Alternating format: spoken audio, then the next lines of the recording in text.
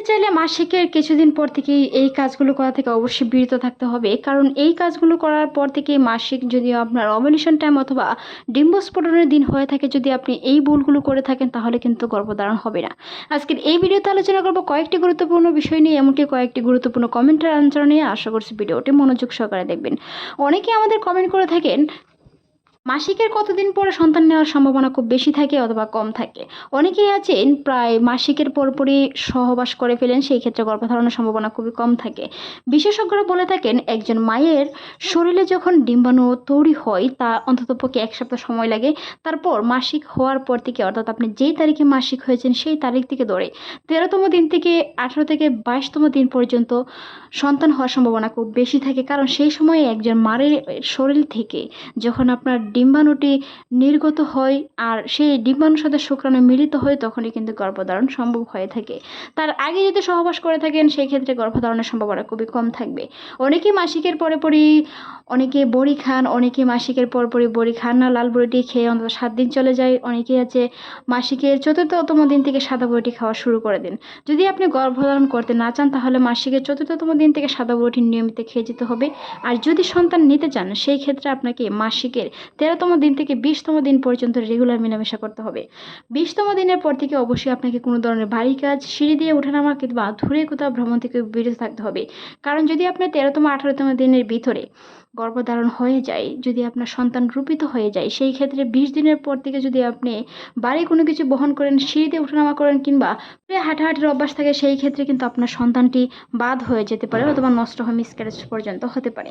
সেই বিষয়ে খেয়াল রাখতে হবে। পর্যাপ্ত পরিমাণে পানি পান করতে হবে, অথবা শরীরে বিভিন্ন তাপমাত্রা যদি পরিবর্তন হয়ে থাকে বা শরীরে বিভিন্ন হরমোনিক পরিবর্তন হয়ে থাকে, তাহলে আপনাকে বুঝতে হবে গর্ভধারণ হয়েছে। মাসিকের 20 দিন পর থেকে সেই কাজগুলো করা থেকে বিরত থাকুন। অনেকেই আছেন মাসিকের 20 দিন পর থেকে সহবাস রেগুলার করেন, সেই ক্ষেত্রেও কিন্তু সহবাস কমিয়ে আনতে হবে। এখন আপনার ডিম্বাণুটি তৈরি হয়েছে, সেটি আপনি কিট পরীক্ষা করে কিংবা শরীরে বিভিন্ন তাপমাত্রা অনুযায়ী আপনি ওভ্যুলেশন টাইমটি নির্ধারণ করেছেন, সেই ক্ষেত্রে সহবাস করেছেন, তাহলে কিন্তু আপনার গর্ভধারণ হয়ে যেতে পারে। তাই 20 দিনের পর থেকে সেই কাজগুলো করা যাবে না। 20 দিনের পর থেকে অবশ্যই সহবাসও কমিয়ে আনতে হবে। অন্ততপক্ষে 2 দিন পর পর সহবাস করার চেষ্টা করুন। যদি আপনার সন্তান রূপিত হয় তাহলে কিন্তু বিরাট ধরনের সমস্যা হতে পারে। সন্তান প্রতিবন্ধিতা থেকে শুরু করে মিসক্যারেজ কিংবা কম ওজনের শিশু বিশিষ্ট জন্মগ্রহণ করতে পারে। সেই বিষয়গুলো খেয়াল রাখতে হবে। যদি আপনি গর্ভধারণ না করতে চান তাহলে মাসিকের 4তম দিন থেকে অবশ্যই সাদা বড়ি নিয়মিত খেয়ে যেতে হবে। অনেকে আছেন মাসিকের 3য় দিন পর্যন্ত সহবাস করে ফেলেন, 3য় দিনের দিনে যদি সহবাস করে ফেলেন সেই ক্ষেত্রে আপনাকে 2য় দিন থেকে সাদা বড়িটি শুরু করতে হবে। কি আমাদের কমেন্ট করে থাকেন দীর্ঘদিন ধরে ফিল খাওয়ার পর মাসিক হচ্ছে না, অর্থাৎ লাল বড়িটি 60 খাওয়ার পর মাসিক হচ্ছে না, সেই ক্ষেত্রে করণীয় কি? বিশেষজ্ঞরা বলে থাকেন একজন মা অন্ততপক্ষে 3 মাস পর পরে বড়ি বন্ধ করে মাসিক হওয়া উচিত। কারণ যখন আপনার হরমোনিক সমস্যাটি আটকে থাকে কিংবা আপনার ব্লিডিং আটকে থাকে, আপনার মাসিক রেগুলার হয় না, সেই ক্ষেত্রে যদি আপনি প্রতিনিয়ত অন্ততপক্ষে 6 মাস পর্যন্ত রেগুলার বড়ি খেয়ে যান, সেই ক্ষেত্রে আপনার পরবর্তীতে মাসিক হতে কিছুটা সময় লাগতে পারে। মনে রাখতে হবে যদি আপনার মাসিক হতে অনেক বেশি সময় লাগে সেই ক্ষেত্রে কিন্তু আপনাকে প্রেগনেন্সি টেস্টও করে নিতে হবে। কারণ অনেক সময় বড়ির পেছে অনেকের আছে বড়ি খেতে মনে না থাকার কারণে কিন্তু গর্ভধারণ হয়ে যায়। সেই বিষয়গুলো অবশ্যই খেয়াল রাখতে হবে। পর্যাপ্ত পরিমাণে দুশ্চিন্তামুক্ত থাকতে হবে। যদি আপনি গর্ভধারণ করতে না চান সেই ক্ষেত্রে যদি আপনার মাসিক না হয়, বড়ি বন্ধ করার পরেও যদি আপনি সহবাস করেন সেই ক্ষেত্রে কিন্তু গর্ভধারণ হয়ে যেতে পারে।